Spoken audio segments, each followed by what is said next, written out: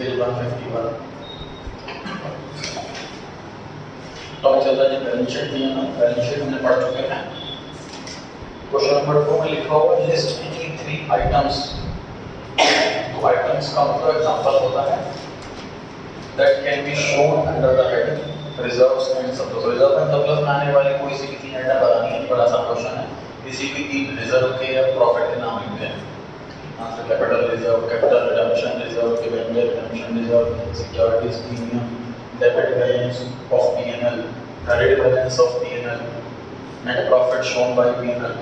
ये सारे आंसर्स होंगे, कोई से भी लिख सकते हैं। नॉलेज का डिस्कस किया जा रहा है। डिबेंचर रिडम्पशन रिजर्व क्या चीज है? डिबेंचर को रिडीम करने के लिए, डिबेंचर्स को पे करके जो रिजर्व बनाया जाता है। कैपिटल रिडम्पशन रिजर्व ये क्या चीज है? प्रेफरेंस शेयर्स को रिडीम करने के लिए रिजर्व बनाया जाता है, उसका नाम होता है सीआरआर। सिलेबस में नहीं है। क्वेश्चन नंबर 3 लिखा हुआ list the sub headings. Question में स्पेशली बोला है सब हेडिंग। देखो मैंने क्वेश्चन 2 और 3 में रिक्वायरमेंट को ब्लू कलर से लिखा है, स्पेशली क्यों लिखा था फर्क समझिए। क्वेश्चन 2 में लिखा था आइटम्स बताओ, तो आइटम्स का मतलब एग्जांपल, हेडिंग नहीं, सब हेडिंग नहीं। 3 क्वेश्चन में लिखा कि सब हेडिंग बताओ, तो सब हेडिंग का एग्जांपल नहीं, सब हेडिंग ही बतानी है। सब हेडिंग बतानी है करंट लायबिलिटी में जो आएगी। करंट लायबिलिटी की सब हेडिंग 4 होती हैं, short term borrowings, trade payables, other current liabilities और शॉर्ट टर्म प्रोविजंस। तो ऐसा क्वेश्चन बनवा का किसी की भी हेडिंग सब हेडिंग हो सकता है, याद कर लेना। 4th क्वेश्चन लिखा हुआ लिस्ट द सब हेडिंग्स। इसमें एग्जांपल नहीं देने, सब हेडिंग नहीं देनी है। That which are shown under the heading of current assets in the balance sheet. तो करंट एसेट की बैलेंस शीट में कौन सी आती है sub heading? Current investment, inventories, trade receivables, cash and cash equivalents, short term loans advances and other current assets. तो sub heading में पढ़ी थी बैलेंस शीट चलता है, उसी के नाम लिखे हुए बस। क्वेश्चन नंबर 5 की what are contingent liabilities. Contingent events आपने मैथमेटिक्स में पढ़ा था इसका। कॉन्टिजेंट इवेंट्स कौन से होते हैं? प्रोबेबिलिटी चैप्टर के अंदर, which is dependent on happening on some future event. Future में कोई इवेंट होगा, उस पर डिपेंड करता है, उसे कॉन्टिजेंट बुलाते हैं। कॉन्टिजेंट किसे बुलाते हैं? जो डिपेंड है किसी फ्यूचर के इवेंट पे। ऐसा होगा तो मैं ये करूँगा, ऐसा नहीं हुआ तो नहीं करूँगा। ऐसा कुछ अगर कोई जिम्मेदारी है, कोई ऐसी लायबिलिटी है, उसे कॉन्टिजेंट लायबिलिटी बुलाते हैं। उससे बड़ा एग्जाम्पल इसका केस का है। हमारी कंपनी में किसी ने केस कर दिया है, तो अगर केस हार गए तो पैसे देने पड़ेंगे, केस नहीं हार मतलब जीत गए तो पैसे नहीं देने पड़ेंगे। तो ये लायबिलिटी कॉन्टिजेंट लायबिलिटी।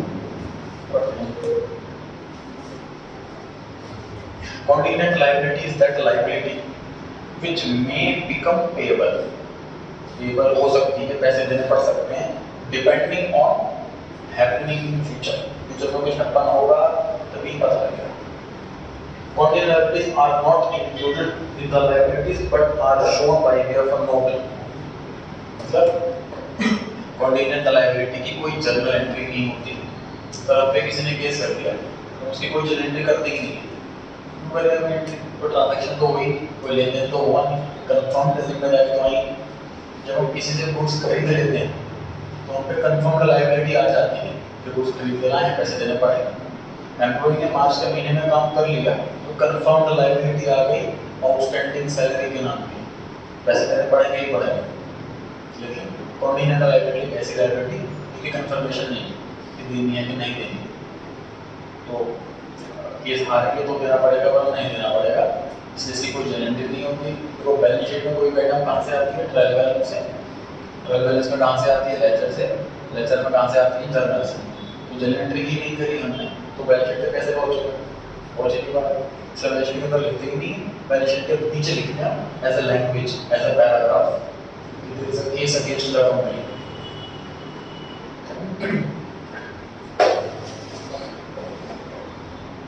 एग्जांपल लिखा है जी, ऑर्डिनरी लायबिलिटीज का पहला example, claim against the company not acknowledged as date.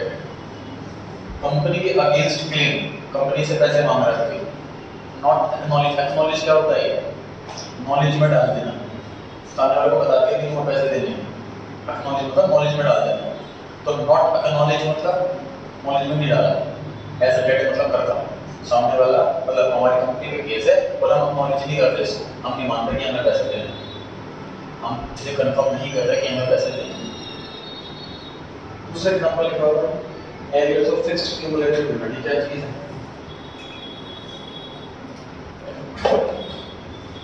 तो 2021 से 22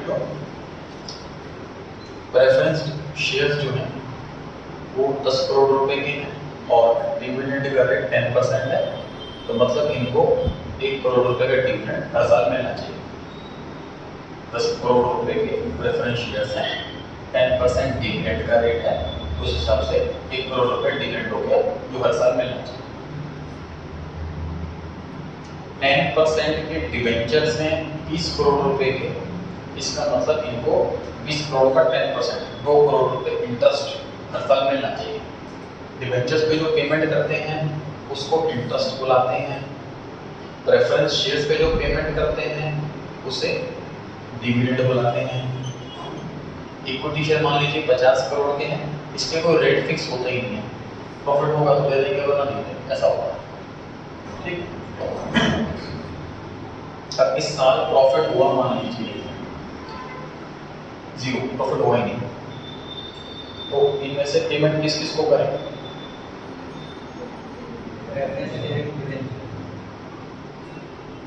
मेरा आंसर है प्रेफरेंस और डिवेंचर। मेरा आंसर है डिवेंचर।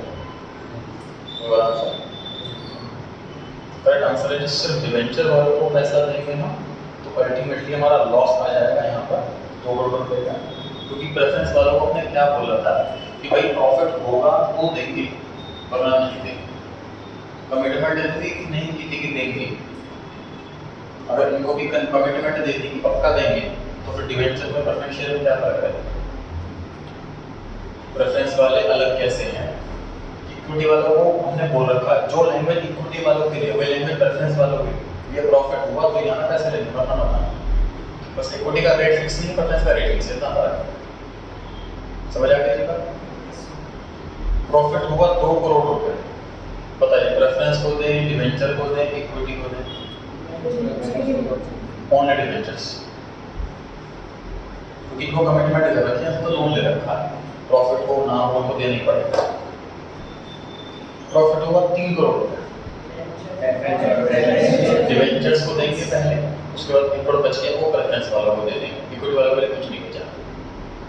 प्रॉफिट हुआ 4 करोड़, डिवेंचर्स को 2 करोड़, प्रेफरेंस को 1 करोड़, उसके बाद 1 करोड़ जरूरी है डिविडेंड बांट देंगे इक्विटी वालों में। उसके बाद हम चेक करेंगे हमारे पास कैश कितना है, हमारे पास इन्वेस्टमेंट की अपॉर्चुनिटीज कितनी हैं, हो सकता है इन्वेस्टमेंट के लिए बहुत अच्छी अपॉर्चुनिटी बना रहे इक्विटी वालों डिविडेंड डिवाइडेड से डेफिनेटली हो सकता है। इक्विटी वालों को दिक्कत भी नहीं होती इससे, शेयर प्राइस बढ़ रहा है ना, मुझे कमाने से मतलब, मान लीजिए मैंने कोई प्रॉपर्टी 1 करोड़ रुपए की खरीदी थी, मैं सोच रहा कि रेंट मिलेगा और इस बार रेंट पर चढ़ी नहीं वो प्रॉपर्टी, कोई मुझे किराएदार नहीं मिला, फिर मेरी थोड़ी प्रॉपर्टी पर 1.5 करोड़ रुपए की हुई, मुझे क्या दिक्कत है ना? कमाने से मतलब है ना, अगर कंपनी पैसा ग्रोथ के लिए इन्वेस्ट कर देती है और कंपनी ग्रो कर रही है, शेयर प्राइस ग्रो कर रहा है, शेयर में खरीदा 2000 का 2500 का होगा, 500 रुपये कमा सकती है, डिविडेंड नहीं मिला तो क्या होगा? ठीक है, इसलिए कंपनी डेटा से डिसाइड करते हैं कहाँ ज़्यादा फायदा होगा। कोई अपॉर्चुनिटी नहीं, पैसा बेकार पड़ा हुआ बांट दो, अपॉर्चुनिटी है तो मान लो ले लो, मेरी बात देते हैं। अच्छा, अब 2020-21-22 ईयर के अंदर प्रॉफिट हुआ 2 करोड़, इसके बाद आया 2022-23, इसके अंदर प्रॉफिट हुआ 5 करोड़। अब इस वाले ईयर में डिवेंचर वालों को तो मिल गया इंटरेस्ट, प्रेफरेंस वालों को नहीं मिला रुपया, करेक्ट? फिर प्रॉफिट खत्म हो गया। इस साल 2022 में प्रॉफिट 5 करोड़ रुपए है, 2 करोड़ हमने डिवेंचर वालों को दे दिया, 3 करोड़ बच गया, 1 करोड़ प्रेफरेंस वालों को दे दिया, 2 करोड़ बच गया, अब ये इक्विटी वालों को देंगे या इन्वेस्ट करेंगे, ऐसा कुछ करेंगे, करेक्ट? अब यहाँ पर प्रेफरेंस वाले आते हैं, जैसे हमारा लास्ट ईयर का 1 करोड़ रह गया था, वो इस साल दे दो, समझे?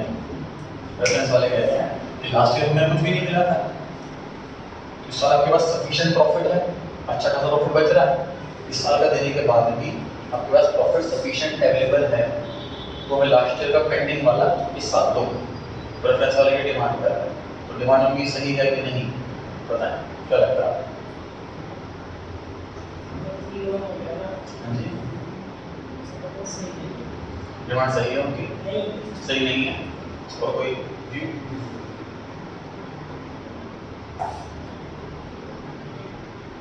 सही नहीं है डिमांड उनकी। चलिए सर आंसर समझते हैं। Cumulative, non cumulative.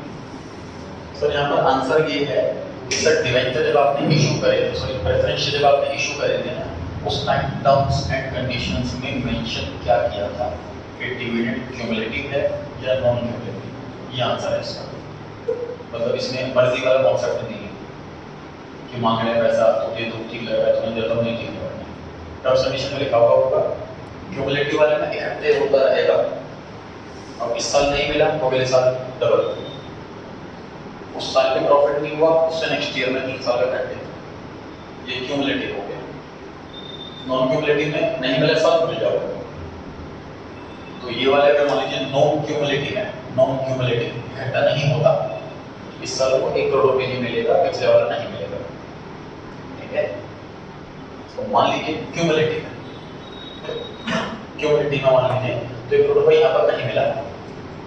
अब हम कंपनी अकाउंटेंट है, हमने रिकॉर्ड कर लिया कि 1 करोड़ रुपए हमें डिविडेंड नहीं पाना, नेक्स्ट ईयर शायद देना पड़े, शायद ना देना पड़े, ये बात प्रॉफिट हो गया तो देंगे वरना नहीं देंगे। इस साल प्रेफरेंस जिम्में जो नहीं बांटा उसे क्या बुलाएंगे, उसे कॉन्टीजेंट लायबिलिटी बुलाएंगे। फिर समझो, इस 2021-22 वाले ईयर में प्रॉफिट हुआ 2 करोड़, डिवेंचर वालों को दे दिया, प्रेफरेंस वालों को 1 रुपया भी नहीं दिया, और जो हमारे पास प्रेफरेंस शेयर है वो क्यूमुलेटिव वाले हैं, ठीक। तो अब हमें पता नहीं कि जो 1 करोड़ रुपया हमने इस साल नहीं दिया वो नेक्स्ट ईयर देंगे कि नहीं देंगे, तो उसका नेक्स्ट ईयर प्रॉफिट कम हो, प्रॉफिट नेक्स्ट ईयर में 0 हो जाए फिर तो नहीं देना, प्रॉफिट अच्छा खासा हो गया तो देना, तो देना है कि नहीं देना ये एक फ्यूचर इवेंट पर डिपेंड है, वो फ्यूचर इवेंट है प्रॉफिट, ठीक है। तो सेकंड एग्जांपल इसका था arrears of fixed cumulative dividend.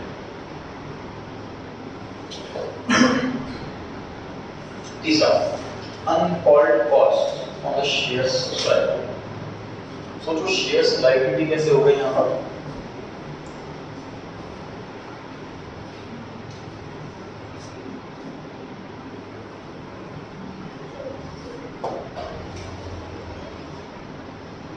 देखिए मेथड मैं बैलेंस शीट इसकी बनानी, अकाउंटेंट हम यहाँ पे इस कंपनी ने बी लिमिटेड के शेयर्स खरीद लिए, shares in B limited 1000 shares खरीद लिए, 10 रुपए फेस वैल्यू वाला, और अभी तक कंपनी ने 8 रुपए मंगाए हैं, कॉल्ड 8 है। इस कंपनी में हमारी कंपनी में हम एज ए इन्वेस्टर किसी और कंपनी के शेयर सब्सक्राइब कर लिए, इस कंपनी में 10 रुपए में सिर्फ 8 रुपए बनाए, तो हमारी एसेट दिख रही है 1000 शेयर मल्टीप्लाई बाय 8 रुपए, सही। अब सपोज ये कंपनी डूब जाती है, सारी लायबिलिटीज पे करने के बाद भी पैसा कम पड़ रहा है, तो ये कंपनी वाले हमसे 2 रुपए मंगा सकते हैं जो बचे हुए, ठीक। तो जो कहते हैं कंपनी में लायबिलिटी होती है लिमिटेड, लिमिटेड क्यों बोलते हैं, क्योंकि फेस वैल्यू तक लिमिटेड है हमारी लायबिलिटी, मतलब देखो जाए ये एसेट है मेरी पर्टिकुलर लायबिलिटी भी है, ये मेरी एसेट है लेकिन ये मेरी लायबिलिटी, सर मैंने कार ले ली, लोन था, कार चोरी हो गई, इंश्योरेंस वाले कहते तुम्हारी गलती है, पैसे नहीं दे रहे, कार भी दे, ईएमआई भी भरनी पड़ेगी, है कि नहीं, एसेट की लायबिलिटी भी, कार जो मेरे पास है वो एसेट भी, ईएमआई भरनी है तो लायबिलिटी भी, तो समझो ये हमने कार ले रखी है, इसकी 2 रुपए ईएमआई बची हुई, इस कार की ईएमआई 2 रुपए बची हुई, तो इसको तो मैं एसेट में लिख ही रहा हूँ, investment in B limited as asset तो मैं लिख ही रहा हूँ, लेकिन जो 2 रुपये कंपनी कभी भी मंगा सकती है उसको लाइबिलिटी में भी लिखूंगा कॉन्टीजेंट लाइबिलिटी। ठीक है, बढ़िया। थर्ड पॉइंट पे लिखा हुआ है अनकॉल्ड कॉल्स, जो कॉल जो 2 रुपये की कॉल का एग्जांपल है, अभी तक कॉल नहीं करी, अनकॉल्ड ऑन शेयर सब्सक्राइब, हमने शेयर सब्सक्राइब कर रखे हैं। ध्यान रहे ये ऑन शेयर्स की बात नहीं हो रही जो हमारी बैलेंस शीट में शेयर कैपिटल में दिखाए जाएंगे, ऑन शेयर्स की बात हो रही है जो हमारी बैलेंस शीट में एसेट साइड में इन्वेस्टमेंट में दिखाए जाएंगे। ठीक है,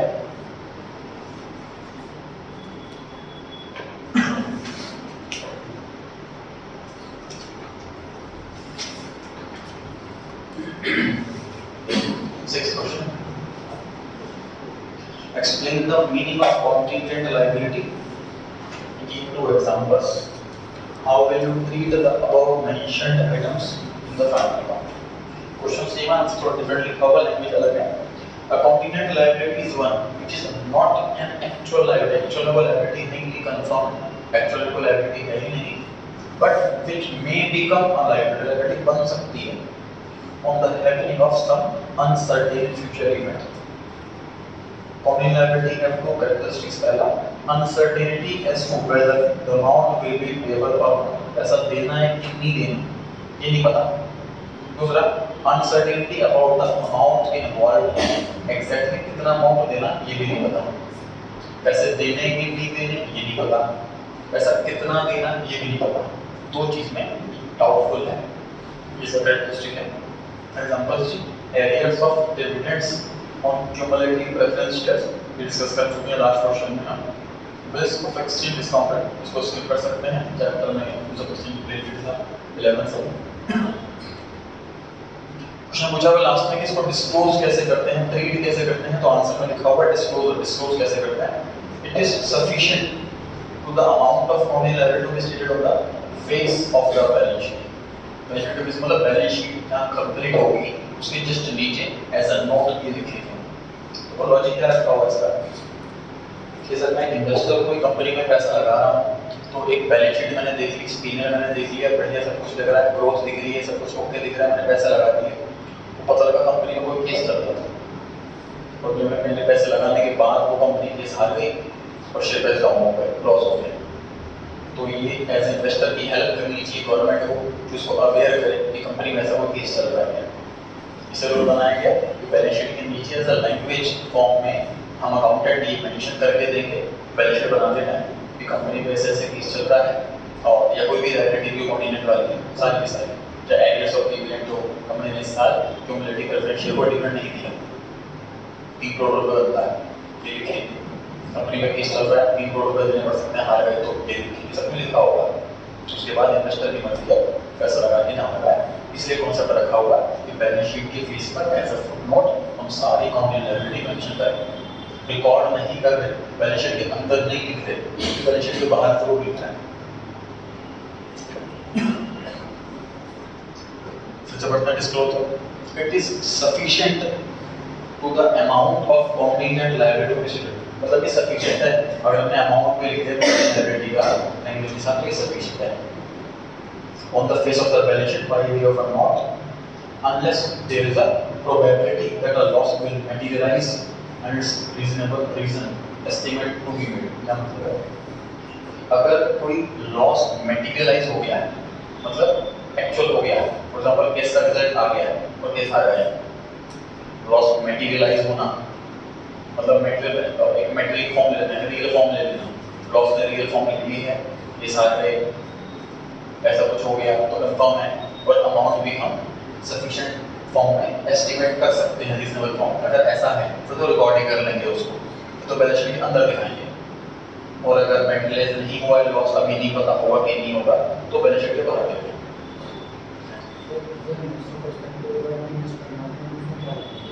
उस केस में इन्वेस्टमेंट फ्री, देखो गवर्नमेंट थोड़ा रोक रही है, सिगरेट के पैकेट पे लिखा हुआ कैंसर हो जाएगा, लेकिन बेच तो है ना गवर्नमेंट, रोक थोड़ी रही। गवर्नमेंट का काम है अवेयर कर देना। तो अकाउंटेंट ने बैलेंस शीट के नीचे लिख दिया कि भैया इस कंपनी में केस चला 3 करोड़ रुपए हार सकती है, ठीक, तो गवर्नमेंट इन्वेस्टर को अवेयर कर देगा। इन्वेस्टर की मर्जी है कि पैसा लगाए कि ना लगाए, उसकी मर्जी है। फाउंडेशन में ही नहीं है, कोई शेयर परचेज करने की इन्वेस्टमेंट में कोई फाउंडेशन नहीं। आगे list any 3 items that can be shown as continental liability in the balance sheet. Example पूछा हुआ है, एग्जांपल आप लिख सकते हैं, ऊपर मेंशन कर रखे हैं। चलिए आगे समझते हैं। ध्यान से देखिए। सो 1 मई 2023 को सपोज मैंने बैंक ओवरड्राफ्ट लिया है 10 लाख रुपए का और उससे मैंने रॉ मटेरियल खरीदा। कौन सा समझने की चीज है?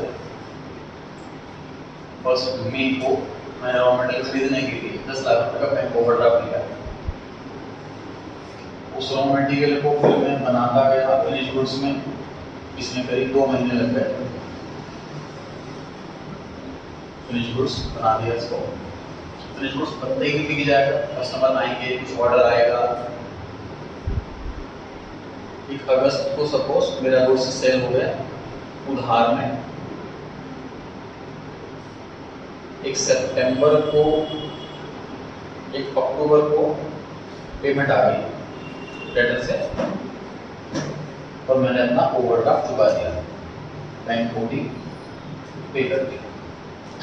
तो मैंने पैसा लगाया किस दिन? 1 मई को, और पैसा वापसी कब आया मेरे पास? 1 अक्टूबर को। इस पीरियड को बुलाते हैं ऑपरेटिंग साइकिल। ऑपरेटिंग साइकिल मतलब सर कितने टाइम के लिए मेरा पैसा ब्लॉक करेगा। फॉर एग्जाम्पल और समझिए, मान लीजिए कोई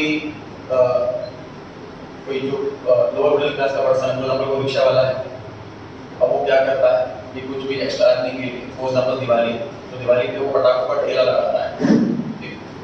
अब उसको पता है कि दिवाली पे पटाखों का ठेला लगाऊंगा मैं, तो वो लगभग 1 वीक टू 10 डेज के अराउंड मेरे सारे पटाखे जितने भी होंगे बिक जाएंगे, ठीक। अब अपने किसी रिलेटिव से उधार मांगता है, तो उधार कितने दिन का मांगेगा? लगभग 2 हफ्ते उधार मांगेगा, 15 दिन उधार मांगेगा। इसके बाद में दिवाली, तो सोच 1 नवंबर को उसने पैसे उधार ले लिए और पटाखे खरीद करके लिया, ठेला लगा दिया। 5 नवंबर को दिवाली है, तो 15 नवंबर के आसपास जितने बिकने होंगे बिक जाएंगे। 14-15 नवंबर के दिसंबर के आसपास जो बचा वो पटाखा उसको वापस सप्लायर को बेच करके सेल करके वो अपना उधार चुका देगा। Operating cycle half month, 0.5 month, सही। Operating cycle 0.5 month. तो वैसे ही हर बिजनेस वाले ऑपरेटिंग साइकिल होती है। रॉ मटेरियल को मशीन के अंदर डाला, फिनिश गुड्स बनने में कितना टाइम लगेगा, कितने टाइम के लिए पैसा ब्लॉक ही रहेगा। फिनिश गुड्स बनने के बाद बिकने में कितना गैप आ जाता है, तो फैक्ट्री से बन करके हमने शोरूम में भिजवा दिया, अब फिर कितने महीनों में ऑपरेटिंग साइकिल का पार्ट हो गया। जब बेचते हैं सामान तो डेटर सारे के सारे कैश लेके नहीं खड़े होते, तो 2 महीने को, 3 महीने को, 4 महीने को उधार मांगता है, ऑपरेटिंग साइकिल का पार्ट हो गया। तो पैसा मैंने जब लगाया और मेरे पास वापसी घूमकर जब पैसा आया, इसमें कितना गैप है, इसको ऑपरेटिंग साइकिल बुलाते हैं। अब सोचिए operating cycle higher the better है कि लोअर द बेटर? सोचें,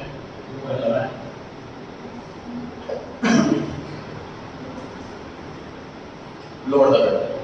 तो जितने कम टाइम के लिए मेरा पैसा लॉक रहेगा उतना अच्छा रहेगा, जितने कम टाइम के लिए पैसा लॉक रहेगा उतना अच्छा रहेगा। तो operating cycle lower the better. चलिए क्यों पढ़ाया जा रहा है कोई चीज? इसलिए पढ़ाई जा रही है, ये तक आपने क्या पढ़ा था सर? करंट एसेट इसे कहते हैं जिसमें पैसा अप टू 12 मंथ्स आ जाए, और नॉन करंट एसेट किसे कहते हैं जिसमें पैसा आफ्टर 12 मंथ्स आ जाए। करेक्ट? गलत पढ़ा। कंपनीज की डेफिनेशन के हिसाब से हमें 2 चीजें चेक करनी होती, 2 में से एक भी कंडीशन पूरी हो रही है तो वो करंट एसेट है। अभी तक हमने सिर्फ एक ही कंडीशन याद करी है, जो समझिए। तो हमने ये समझी 12th में वाली कंडीशन हमने कहाँ समझी? हमने 11th में समझी। वो बेसिक हर टाइप के बिजनेस के लिए एप्लीकेबल, प्रोप्राइटरशिप, पार्टनरशिप, कंपनी। अब जो पढ़ना है सेकंड कंडीशन, वो सिर्फ कंपनीज के लिए एप्लीकेबल है। अब जो सेकंड कंडीशन पढ़ने जा रहे हैं वो सिर्फ कंपनीज के लिए ही एप्लीकेबल है, इसे हमने 11th में पढ़ी। क्या है वो? up to operating cycle, after operating cycle, और मतलब any of the following, इन दो में से कोई भी एक कंडीशन पूरी हो जाए तो करंट असेट है। एग्जांपल समझिए, सर एक कंपनी में ऑपरेटिंग साइकिल 15 महीने की है, 15 मंथ की। आज मैं पैसा लगाऊं, 15 महीने निकलता है, पैसा वापसी आना है, ठीक। और मेरा एक डेटर है जो कहता है मैं 14 मंथ्स के बाद पैसे दूंगा, तो करंट असेट हुई कि नॉन करंट असेट? करंट, वो हुई current asset up to operating cycle. Operating cycle 15 महीने की, डेटर है 14 महीने, ऑपरेटिंग साइकिल से कम है। इतनी चीज पढ़ रहे हैं आज। कभी तक हमने सिर्फ 12 मंथ वाला पढ़ा था, आज हम नया कॉन्सेप्ट सीख रहे हैं, क्योंकि वो सिर्फ कंपनी में ही एप्लीकेबल है कि ऑपरेटिंग साइकिल के अंदर अंदर पैसा आ गया, आ जाएगा तो करंट असेट है।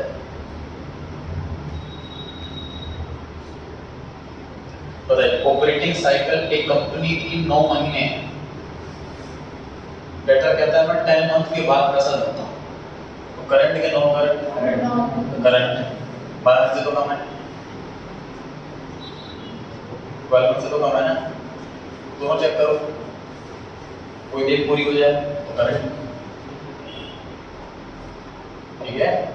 ऑपरेटिंग साइकिल के अंदर अंदर या फिर अप टू 12 मंथ्स, ठीक है। इसका मतलब सर यहाँ पर आंसर तभी आएगा जब 13 और अबव होगा, पक्का। नॉन करंट में आंसर कभी बिलो 12 तो आएगा ही नहीं। तो ऑपरेटिंग साइकिल कैसी भी हो, चाहे ऑपरेटिंग साइकिल कैसी भी हो, यहाँ पर 12 से कम तो कभी आंसर आएगा ही नहीं, है ना। कोई डेटा कह रहा है 8 महीने में दूंगा, 10 महीने में, 11 महीने में, 12 महीने में, तो आंसर करंट वाला ही है। डेटा कहता है 12 महीने के बाद पैसे दूंगा, तो ऑपरेटिंग साइकिल चेक कर लो, ठीक है। समझ आ रही है बात? Question number 7, page 152, question number 7, try कीजिए आंसर। मैंने 6 केसेस बना रखे हैं, तो पहले कॉलम है केस नंबर, दूसरा कॉलम है कितने महीने में पैसा आ जाएगा डेटर से, कलेक्शन इन मंथ्स, डेटर से पैसा आ जाएगा इतने महीने में। उसके बराबर में दे रखिए ऑपरेटिंग साइकिल इन मंथ्स, कितने महीने की ऑपरेटिंग साइकिल है। तो आपको गैस करना है कि कौन सा केस ये, तो आगे आपको सी या एनसी लिख देना बस, तो सी लिख दो या फिर एनसी लिख दो। स्लो करें, सोच समझ के करें, जितना स्लो क्लास में करोगे उतना फास्ट एग्जाम में करोगे, जितना फास्ट क्लास में करोगे उतना गलत एग्जाम में करोगे।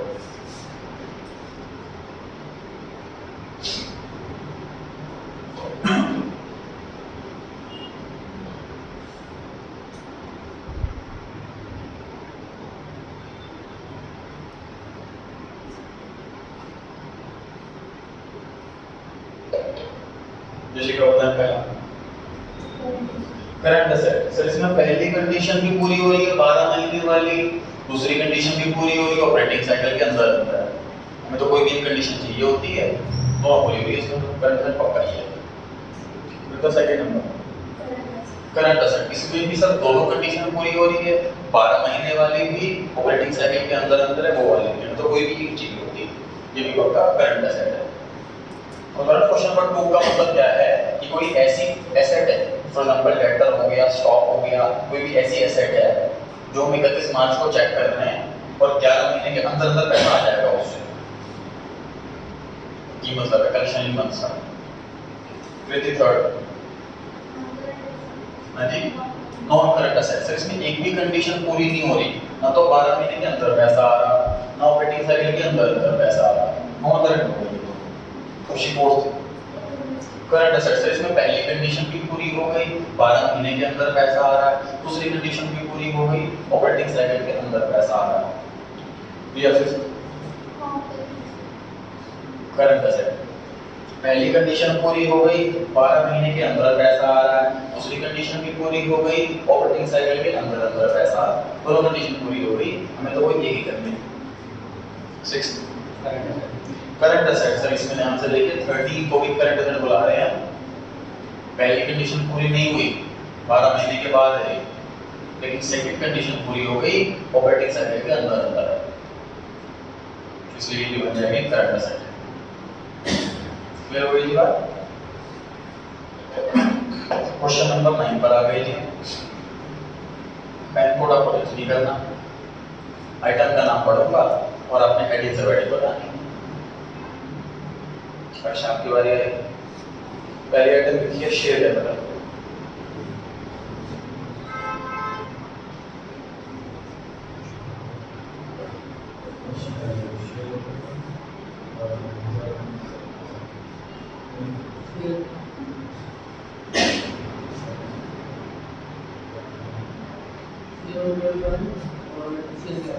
शेयर होल्डर फंड्स हेडिंग है और शेयर कैपिटल खुद ही सब हेडिंग है। 12% debentures.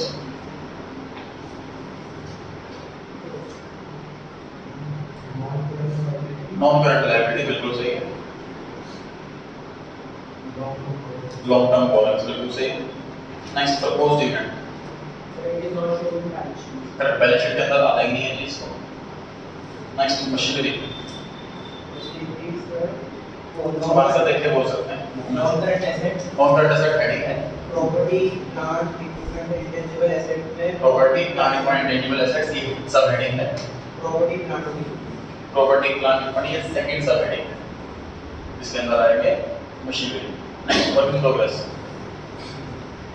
Non current asset property plant equipment intangible asset गलत हो गया। कृष्णा ट्राई करें। करंट एसेट इन्वेंटरी ध्यान दें, बैलेंस शीट में वर्क इन प्रोग्रेस दो जगह लिखा है, एक नॉन करंट में लिखा है, एक करंट में लिखा है। वर्क इन प्रोग्रेस अकेला आए तो करंट, उसके बगल में कैपिटल आए तो नॉन करंट। रिदम सिक्योरिटीज नहीं है।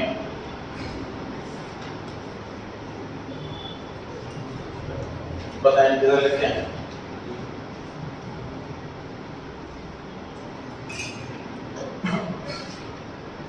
का पता security premium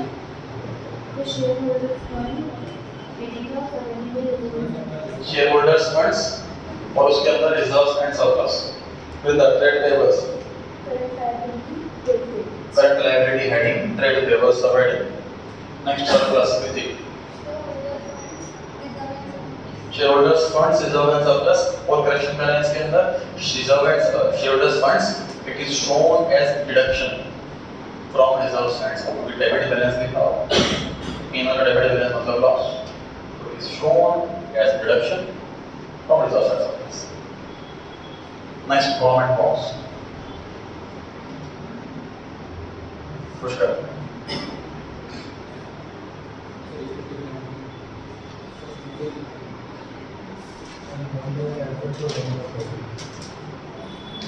non current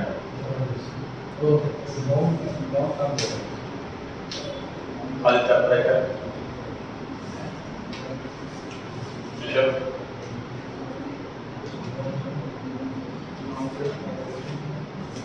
non current asset non current investment correct non current asset non current investment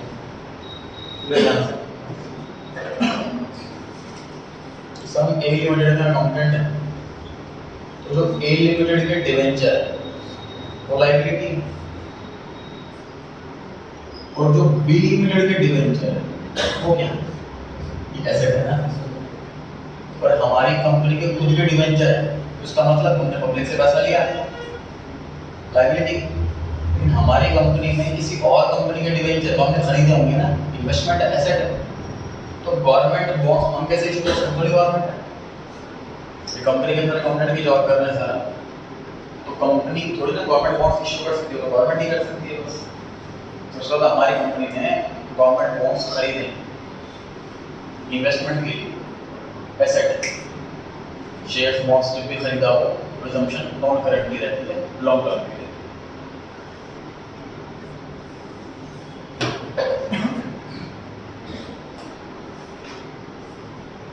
next cash and cash equivalent Ashish बोलना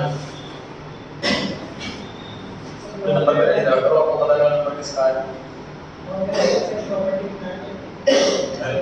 प्रॉपर्टी में बैठ गए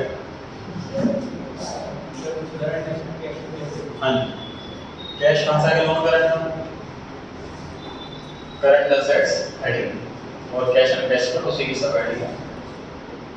क्वेश्चन नंबर 10 पर आ गया रिदम लैंड एंड बिल्डिंग आगे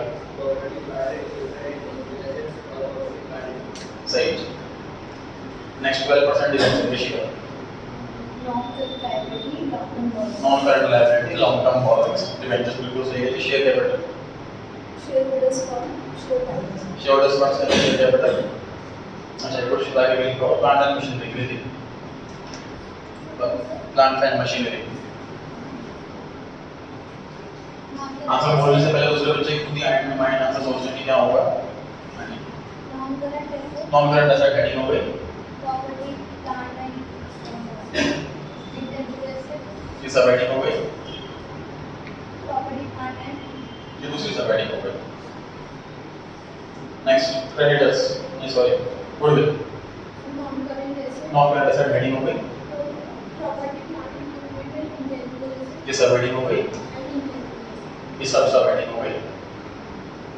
गुडविल है सेकंड नंबर वाली intangible assets. Next investment in shares of P limited Pushkar non current asset non current investment shares में बिल का non current investment journalism equity liability heading नहीं है shareholders funds heading shareholders funds heading reserve and surplus सब heading. Next stock and trade current asset के अंदर inventory बिल्कुल सही है जी। Bills receivable Aditya current assets में ट्रेड रिसीवेबल्स बिल्कुल सही है जी। डेटर्स ऋषभ करंट एसेट में ट्रेड रिसीवेबल्स सही है। तानिश क्रेडिटर्स करंट लायबिलिटीज में ट्रेड पेबल्स बिल्कुल सही है जी। नेक्स्ट बैंक लोन मानव नॉन करंट लायबिलिटी में लॉन्ग टर्म बोरोइंग। इसको डाउट लगे कि यहाँ पर क्यों आंसर आया नहीं कुछ और होना चाहिए मेरे हिसाब से तो हम ऊपर के पूछ सकते हैं। प्रोविजन फॉर टैक्स ठीक प्रपोज्ड डिविडेंड बैलेंस शीट में नहीं आएगा correct. 11th question equity share capital return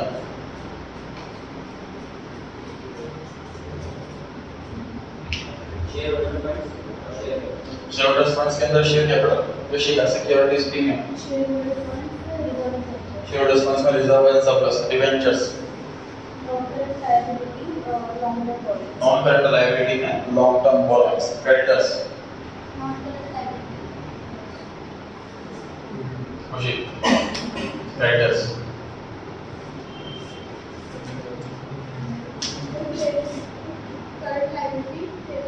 current liability में ट्रेड पेबल्स मुश्किल प्रपोज्ड डिविडेंड बैलेंस शीट में नहीं आएगा। नेक्स्ट सरप्लस ब्रैकेट में डेबिट भी लिखा हुआ है इस बात का भी ध्यान दें। Heading shareholders funds sub heading में it is shown as deduction from reserves and surplus. Land building non current asset plant land नहीं प्लांट है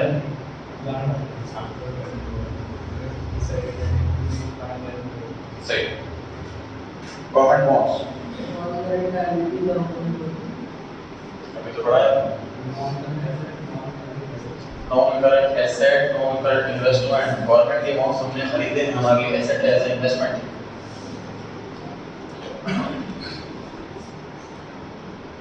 work in progress current asset में इन्वेंटरी स्केचर्ड बैंक ठीक करंट एसेट्स में cash investment. Next general is of question shareholders funds में reserve and surplus सही। Debentures non current liability long term borrowing rhythm balance of PNL bracket में debit correct. Basic depreciation बताता हूं मैं। Depreciation देखो दिया हुआ 70,000 रुपए डेप्रिसिएशन तो उस पर एक्सपेंस की आइटम है बैलेंस शीट में तो आनी नहीं चाहिए लेकिन अगली आइटम तुरंत पड़ी है इंटेंजिबल फिक्स्ड एसेट्स कॉस्ट पे दे रखी है एसेट्स तो डेप्रिसिएशन यहां पे माइनस होगा। तो डेप्रिसिएशन के बाद घटी हुई वैल्यू भी आती है बैलेंस शीट में नेट वैल्यू भी आती है। डेप्रिसिएशन के लिए क्या लिखोगे it is shown as deduction ये सबसे हेडिंग में है मतलब हेडिंग क्या हो गई नॉन करंट एसेट। उसके बाद सेकंड आपको सब हेडिंग पता है सेकंड सब हेडिंग पता है लास्ट में it is shown as deduction depreciation को हम हेडिंग क्या लिखेंगे, नॉन करंट एसेट्स। सेकंड सब पहली सब हेडिंग क्या हो गई, plant and equipment, property plant and equipment tangible asset, इस सब हेडिंग हो गई। दूसरी सब हेडिंग क्या हो गई, प्रॉपर्टी प्लांट एंड इक्विपमेंट। तो दूसरी सब हेडिंग लिखेंगे हम, उसमें ऐसा लिखेंगे it is shown as deduction from property और प्लांट एंड इक्विपमेंट। डेप्रिसिएशन को लिखेंगे इस तरीके से, it is shown as deduction from property comma plant and equipment.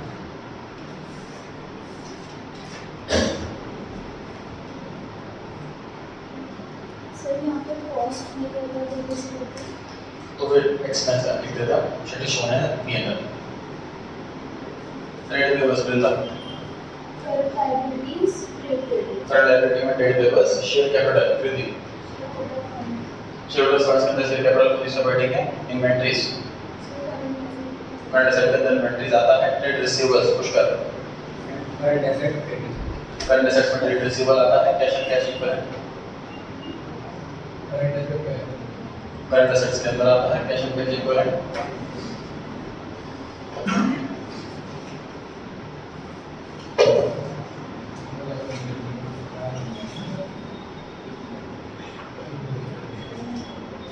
तो कंपनी एक्ट के अंदर शेड्यूल बना रखे हैं, ये फॉर्मेट्स के लिए। तो शेड्यूल नंबर जो 3 है ये बताता है कि बैलेंस शीट का फॉर्मेट कैसा होगा, और पीएनएल का भी यही बताता है। सेम शेड्यूल है बैलेंस शीट के लिए, सेम शेड्यूल है पीएनएल के लिए, इसका नंबर घर से याद करके जाना है। इसको 2 पार्ट में बांट रखा है, पार्ट 1 पार्ट 2।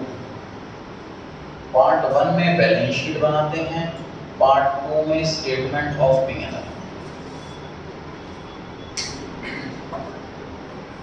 शेड्यूल नंबर 3 यही बैलेंस शीट का, यही पीएनएल का, घर से याद करके जाना है। पार्ट नंबर 3 घर से याद करके जाना है। पहला पार्ट बैलेंस शीट का जो फॉर्मेट दिया होगा कंपनी के अंदर, कंपनी के बुक के अंदर, तो पहले पार्ट में बैलेंस शीट बना रखी है, सेकंड पार्ट में पीएनएल बना है। सर बैलेंस शीट पहले क्यों, लॉजिकली पहले पीएनएल बनता है और उससे प्रॉफिट आता है तो वो बैलेंस शीट में जाता है। 11 में भी ऐसे ही करा, पहले ट्रेडिंग बनाया, जीपी आया, पीएनएल में गया, नेट प्रॉफिट आया, वो बैलेंस शीट में गया। पॉसिबल नहीं था सर बैलेंस शीट पहले बनाते हैं। कंपनी में सारी बातें जो होती हैं, सारी बातें जो होती हैं वो प्रेजेंटेशन की होती है। सारे इन्वेस्टर्स ना बैलेंस शीट के लिए इंटरेस्टेड रहते हैं ज़्यादा, तो बैलेंस शीट पहले रिप्रेजेंट की जाती है। हमारी ये पोजीशन है आज की डेट में, पीएनएल बाद में, इसलिए फॉर्मेट में पहले बैलेंस शीट है और पीएनएल। इनफैक्ट जो नोट नंबर होता है, जैसे हमने बैलेंस शीट बनाई उसके बाद बनाया पीएनएल, नोट नंबर मान लीजिए 1 2 3 4 15 तक चला, तो यहाँ पे 16 से स्टार्ट होता है, यहाँ से 1 से स्टार्ट नहीं होता। ये सही सीक्वेंस होता है। पहले बैलेंस शीट बनेगी, फिर स्टेटमेंट ऑफ पीएनएल बनेगा, फिर उनके नोट्स टू अकाउंट्स बनते हैं। सीक्वेंस वही कंटिन्यू चलता है, नोट नंबर भी पीएनएल में फ्रेश स्टार्ट नहीं होता। ठीक, तो आपने देखा जो पेज नंबर 148 है,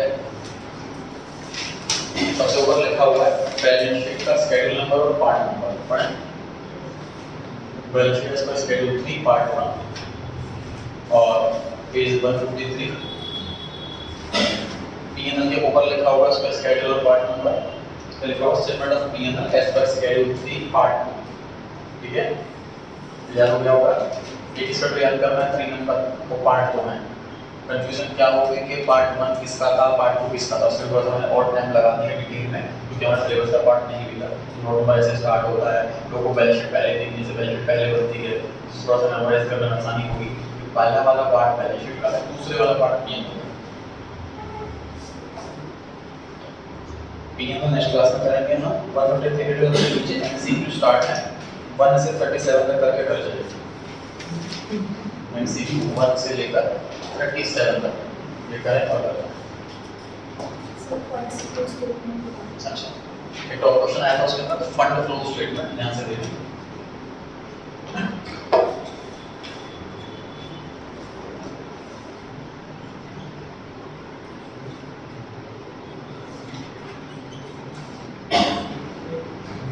ध्यान से देखिए, थोड़ा सा कॉन्सेप्ट सिलेबस का पार्ट नहीं है, एक एमसीक्यू क्वेश्चन के अंदर इसका नाम लिखा हुआ है, इसलिए डिस्कस कर रहे हैं, वो आंसर भी नहीं है।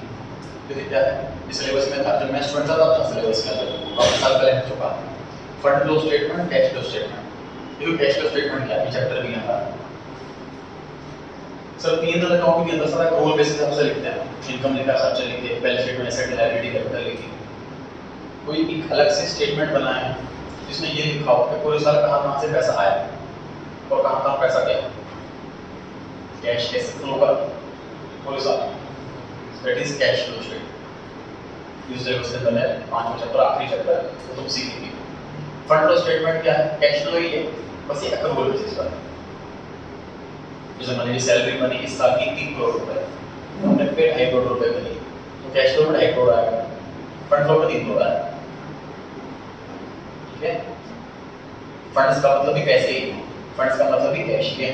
तो कैश कैसे फ्लो करा, फंड फ्लो स्टेटमेंट मतलब कैश फ्लो स्टेटमेंट नहीं, नाम वाला कैसे करती है, cash flow specially cash basis के हिसाब से, fund flow normal accrual basis के हिसाब से। फंड फ्लो की यूनिट खत्म हो गई मार्केट के अंदर, जो कि P&L ऑलरेडी एक्रूवल बेस के हिसाब से बनता है, इसलिए फंड फ्लो की रेलेवेंस नहीं रही। प्रैक्टिकली कैश फ्लो स्टेटमेंट ही बनता है, फंड फ्लो स्टेटमेंट नहीं बनता, इसलिए डिलीट किया गया सिलेबस से। अब हम इसको प्रोफेशनल कोर्स में भी नहीं पढ़ते, ग्रेजुएशन में भी नहीं पढ़ते फंड फ्लो स्टेटमेंट। ठीक है, चलिए स्टार्ट कीजिए, डाउट हो सकता है।